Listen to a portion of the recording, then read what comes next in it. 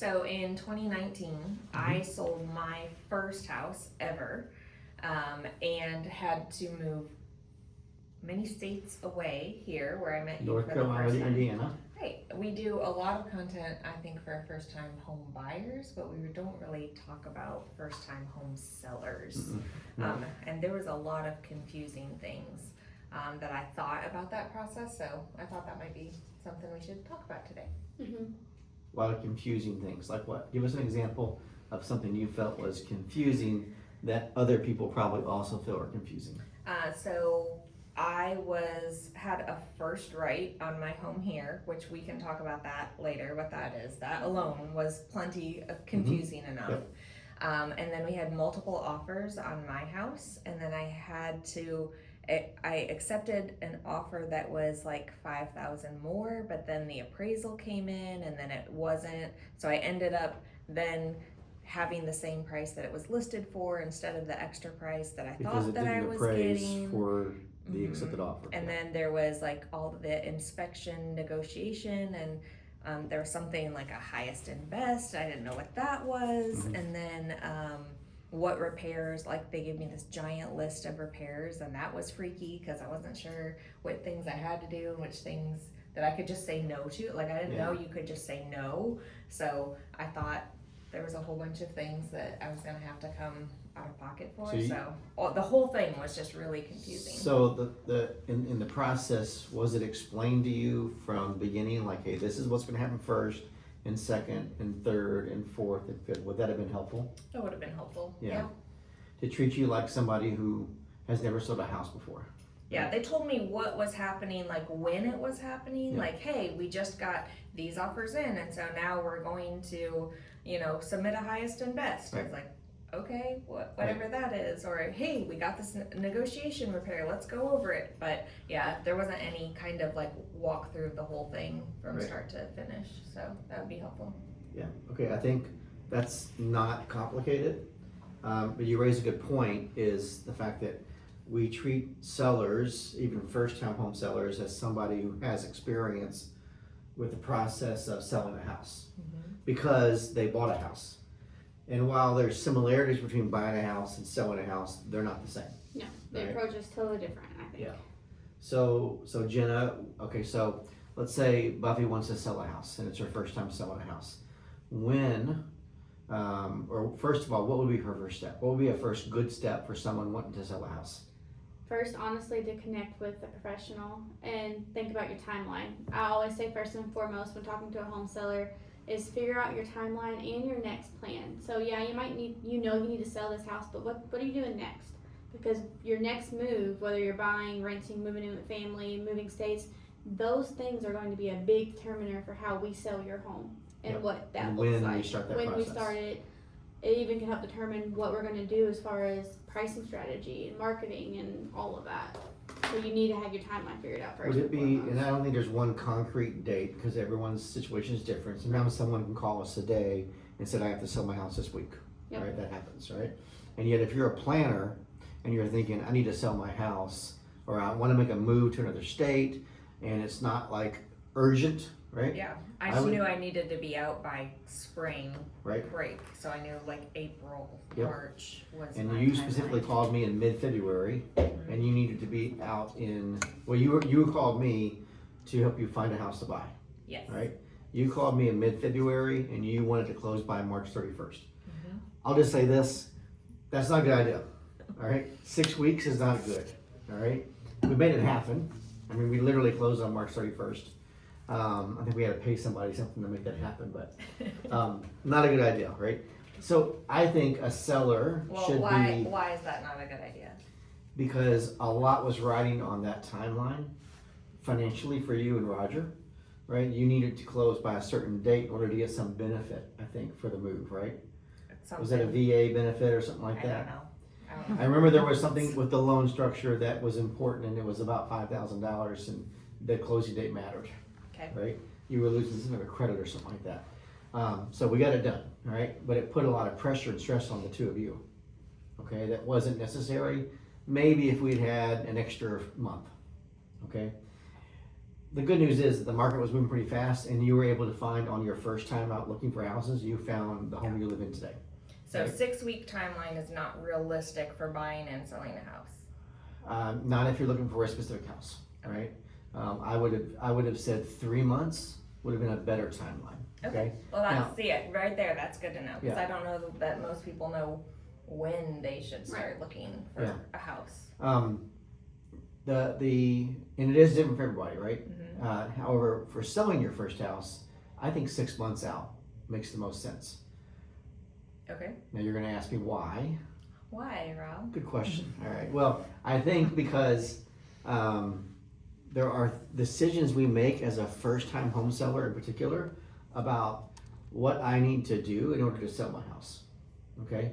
Do I need to paint? Do I need to fix the carpet? Do I need to there's a hole in the wall behind the door from where we push the door handle or push the door too hard, right? Yeah, I might have 1 or 2 of those. Yeah. Yeah. So Oh my all gosh. these little things, and then there might be some big things. Do I need to put a new roof on my house because my roof is 20 years old or 10 years old? There was a hailstorm that came through last year and I never had it inspected. What do I do then, right?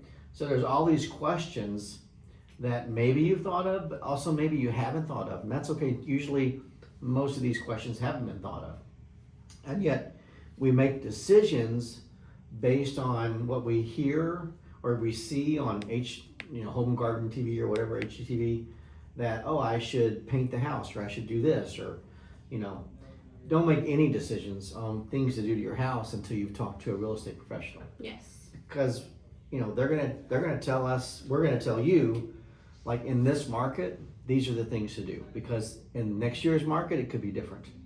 So if I'm calling a real estate professional, should I already kind of have an idea of what my house is worth from talking to my neighbors and friends and find out what they think? Or if I just, added all of these fancy features and I have like this, really nice outdoor, gardening space and things that I really like, should I expect to kind of have, hey, this is what I think my house is worth, and then you tell me yes or no, or what do we do as far as that goes?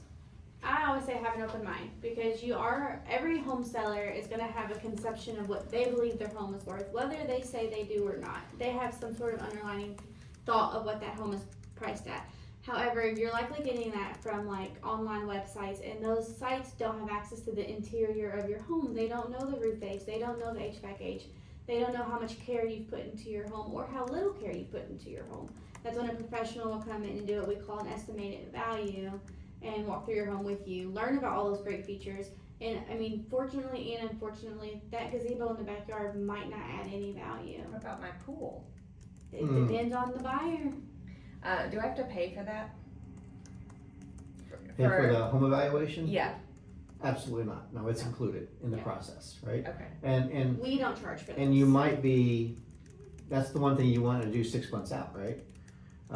For example, I was like, figure out what's my home worth, and then what are the things I have to make improvements on, and what is the cost of those things, and will doing those projects add any actual value to the house? Okay, so when I go to sell my house, even if I have decided 6 months ahead of time or whatever, at what point do I start paying for things? What do I need to know that I'm gonna pay, and how much am I gonna come out of my pocket to talk to professionals and all of those things?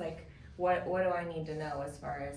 I would say, generally speaking, you're not paying a real estate professional until closing of your house. Okay. All right, so there's nothing you're paying for at the end. The things that you want to pay for in the beginning are making repairs. All right. Okay. If you're going to paint yourself, great. Then the cost of the paint. If you're going to pay someone to do it, obviously the cost of that. Because most contractors aren't going to wait until closing to be paid. Okay. So other than repairs that may need to happen, then everything else happens at the There's closing table. generally, I would say, listen, this is a commission conversation too, and all commissions are always negotiable, right? And yet nothing should be paid up front.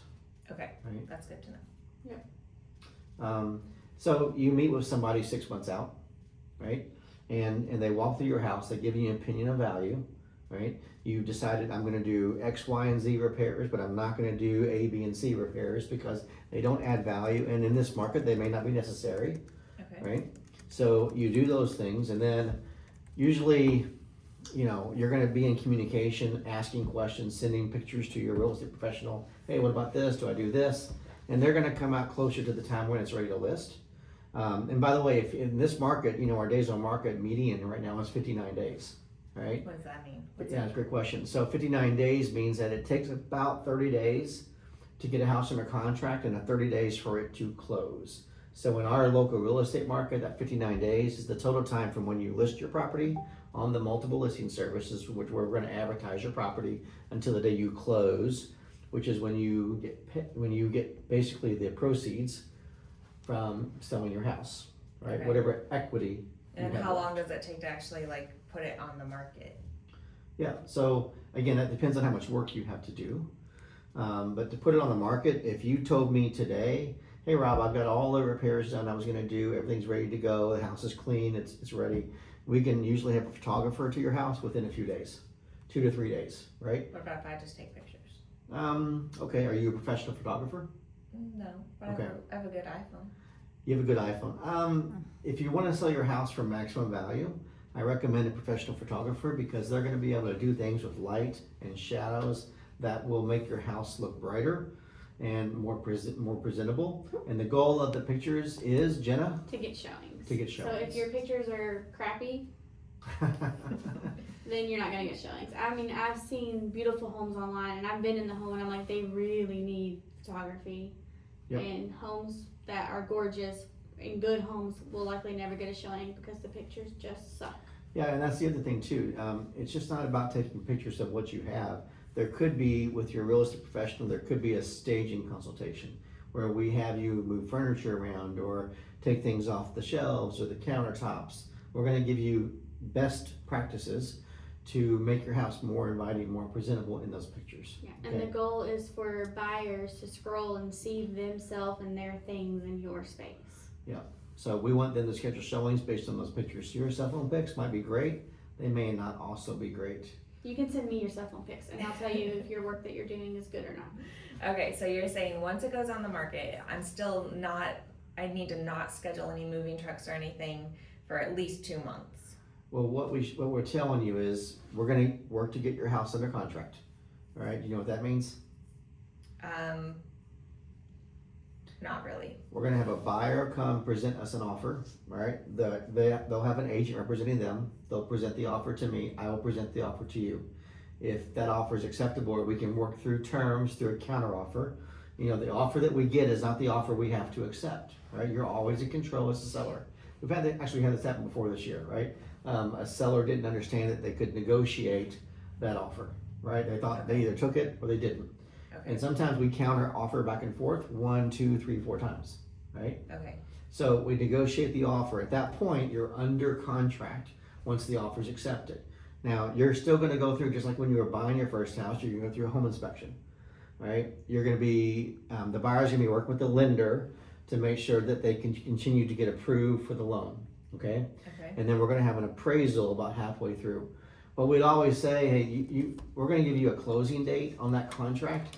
That, in today's world, is a target date, all right? So we have to schedule, if we're scheduling moving trucks, we need to make sure we schedule that moving truck for the last day of that contract. Who all do I talk to? Do I have to talk to the lender or the other agent or the other buyer? Who do I talk to? You talk to your agent. Yeah, you talk to your agent, and then every once in a while we'll have a coordinator, like a support customer person. But it's your preference. So you choose, the way we do our business, you choose your preference of communication. We primarily like to keep it one-on-one, so it'll be you and your agent. You're not going to talk to the other agent. You're not going to talk to the buyer. You're not going to talk to the lender. Or you don't even that's the speak other to side the of the inspector transaction. or the appraisal either, because we'll handle that. The inspector has to go through us to get access to your home. The appraiser has to go through us to get access to your home. What's the difference between an inspector and an appraiser? That's a really good question. Yeah. So a home inspector is somebody that the buyer hires to come in and do a due diligence check on the home. They're going to check for things like major defects, cosmetic things. Do you remember when you bought your house and you got that big 100-page thing of all these yellows Yeah. and greens and reds? That was pretty scary. Yeah. So that's the home inspector. The appraiser is who comes in on behalf of the bank or the lender to help determine the value of the home for the loan. But you already told me the value of the home. Yep. That's correct. Yeah, but that's one person's opinion of value. And so they want a third party, someone that isn't involved in the transaction, to give also their opinion of value, which good or bad matters most. All right. There's a lot. There is a lot, yeah. But it all starts with one step, all right? And that's what you need to understand is have a real estate professional involved from the beginning, from not just from the listing standpoint, but from the very beginning when you make decisions on what to do in your house, okay? And then that real estate professional should tell you, okay, Buffy, here's what happens next, and here's what happens next, because there is a lot. And we could go on this video and tell you every step, and yet you're not gonna remember those steps. What you're gonna remember is that when I have a question, call your real estate professional.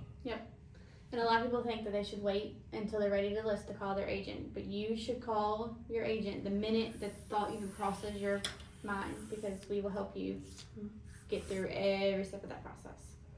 All right. And we do have We people can call do- us even more than a year out sometimes. All right, to say, I'm thinking of selling my house. Great, fantastic. Let me learn more about your timeline and what you're doing, and then from there we can go meet. Is that bothering you if we're reaching out No. like over a year? It's in our favorite advance? thing. We love it. Okay. It It's would what much more feels- bother us if you waited to the last minute. If you call me today and say I need a list tomorrow, I'm still gonna help you, but it's gonna be a panic. It's a challenge. It's Yeah. a challenge. All Okay. right. Feel like we got lots more to talk about. Yep, thank you.